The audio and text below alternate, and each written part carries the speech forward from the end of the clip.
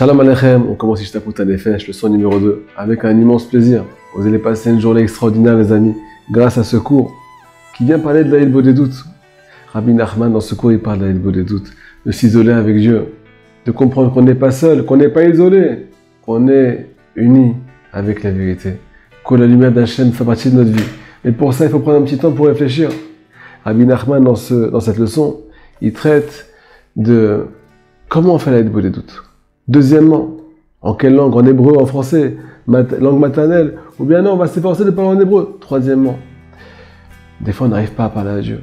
Qu'est-ce qu'on fait dans ces cas-là? Des fois on a la bouche fermée, on a le cœur fermé. C'est quoi le conseil qui est donné par le tzaddik? On va dire Rabbi Nachman de Breslev, premièrement, sache que la Hilbo des doutes, c'est la chose la plus grande, la plus chère aux yeux d'Akadosh Baruch Hu. Ma'ala gedola min hakol, c'est le plus haut niveau spirituel qu'on puisse atteindre. La question qui a été posée, où on a mis la Torah? Talmud Torah keneged kulam. La Torah, elle est au-dessus de tout. Pourquoi tu me dis, Rabbeinu, que la Hilbo des doutes, le fait de s'adresser à Dieu, le fait de chercher à Kadosh Baruch Hu, c'est plus haut que la Torah, hein? Rabbi Nathan vient répondre. Il y a deux sortes de prières.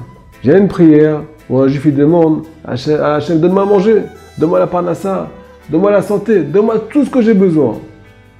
Et il y a une prière qui vient pas pour des besoins matériaux, il y a une prière qui vient pour accomplir la Torah.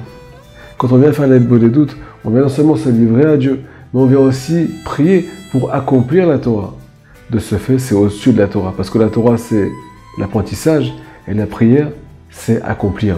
C'est la finalité à Rabotai. On vient demander à Hachem, Idbarach, aide-moi à faire ta volonté, aide-moi à prendre à cœur tes paroles et à les appliquer.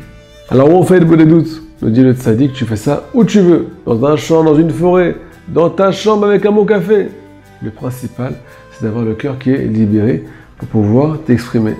C'est vrai que le meilleur, c'est d'aller dans la forêt, d'être en pleine nature, pouvoir faire une coupure avec toute la réalité, pour pouvoir te connecter avec la vérité, à Hachem Yitbarach. Deuxièmement, en quelle langue on parle? Nous dit le tzaddik, tu parles dans ta langue maternelle, la langue la plus familière. C'est vrai que la Shona Kodesh, l'hébreu, c'est au-dessus de tout, mais le fait de parler dans sa langue, ça aide à s'exprimer et à détailler les choses. Alors à Botaï, on doit mettre toutes les choses les plus compliquées de côté. Le principal, c'est de se retrouver avec Hachem. Dit Rabbeinu Akadosh, Tisaer, fais très attention à appliquer cette anaga, ce comportement de t'isoler avec Akadosh Baruch Hu tous les jours de ta vie, quoi qu'il se passe. Même si c'est pas 1 heure à Botaï. Il y en a qui disent 1 heure, pas moins que 1 heure. Alors, ils ont raison, mais des fois on n'arrive pas, alors qu'est-ce qu'on fait? On prend 5 minutes. Il y a une histoire avec Rabbi Nathan. Il n'avait pas le temps de faire la Hilbo des doutes. Il a mis la main sur la mezouza et il a épanché son cœur pendant 5 minutes à Botaï. Les gens qui étaient autour de lui, ils lui ont dit, mais qu'est-ce qui t'arrive? T'es devenu fou? Il a dit, j'ai fait la Hilbo des doutes pendant 5 minutes. C'était les plus grandes 5 minutes de ma vie. Elles contenaient des journées, elles contenaient des années. C'est 5 minutes. Parce que j'ai livré mon cœur à Dieu, c'est au-dessus de tout. C'est au-dessus du temps, au-dessus de l'espace.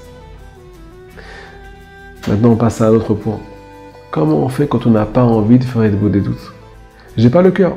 Ou bien je vais là-bas, à Botaï, je m'assois, je me suis préparé, j'ai pris mon temps, et j'ai pas le cœur, ma bouche, elle s'ouvre pas. Je sais pas quoi dire à Dieu aujourd'hui. Me dit Rabbi Nachman de Breslev, sache que le simple fait que tu t'es assis devant Akadosh Baruch Hu, que tu as préparé ton cœur pour pouvoir t'adresser à lui, tu as déjà fini. Il n'y a pas beaucoup de juifs dans ce monde qui viennent s'asseoir devant Dieu. Il y en a qui sont assis devant un livre, mais ils ne pensent pas à Hachem. Ils ne pensent pas à Dieu quand ils étudient. Il y en a qui viennent faire la Hamida, mais ils ne pensent pas à Kadosh Baruch Hu. Un juif qui vient faire la Hilbo des doutes, c'est un juif qui a décidé de venir chercher son Créateur. Donc le simple fait de te préparer et de t'asseoir devant lui, tu reçois déjà ce qu'on appelle la Ashrat Ashrina. La présence divine se pose sur toi. Elle va te diriger dans toute ta vie, dans tout ce que tu désires, tout ce que tu n'as pas atteint jusqu'à aujourd'hui. Ça va s'accomplir dans Hachem. Parce que maintenant tu vis avec Hachem.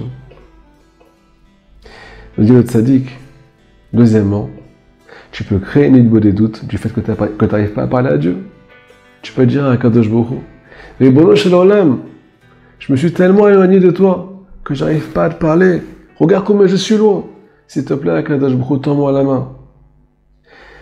Viens éclairer mon âme. Ishlach li diburim, envoie-moi des paroles pour m'adresser à toi. La bataille, c'est romantique, mais ce n'est pas que romantique. C'est la réalité. Un juif doit vivre avec son créateur. Nous dit le tzaddik, sache que cette anaga, ce comportement, c'est le comportement des tzaddikim. Et je vous le dévoile à vous les gens. À vous les gens simples, peu importe au niveau. Mikatan, Gadol, du petit au plus grand, femme et enfant, peu importe ton âge. Tout le monde doit faire l'aïd des doutes. Pas que les tzaddikim, chaz v'shalom. Ceux qui disent ça, ils doivent faire teshuva. Troisièmement, sache que tous les tzaddikim, nous dira Beno, ils sont arrivés à leur niveau que grâce au fait qu'ils ont fait l'aïd des doutes.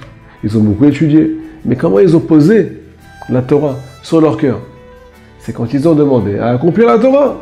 C'est quand ils ont supplié Dieu. Quand tu supplies pas Hachem, alors Hachem te dit, écoute, toi tu fais ta vie, moi je fais ma vie.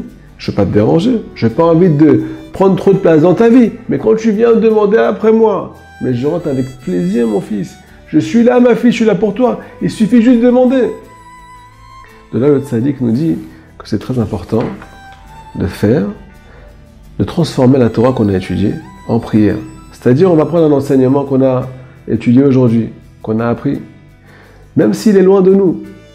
Rabbeinu nous dit qu'on peut le rapprocher et couper la distance grâce au fait qu'on va demander à Hachem à l'accomplir. C'est pas beau tout ça. Alors, petite information. Sachez qu'on répond à toutes les questions qui sont liées à notre cours avec le plus grand plaisir et la plus grande patience. Donc faites passer l'information, mettez des likes et aidez-nous à diffuser la lumière. Chazak Baruch.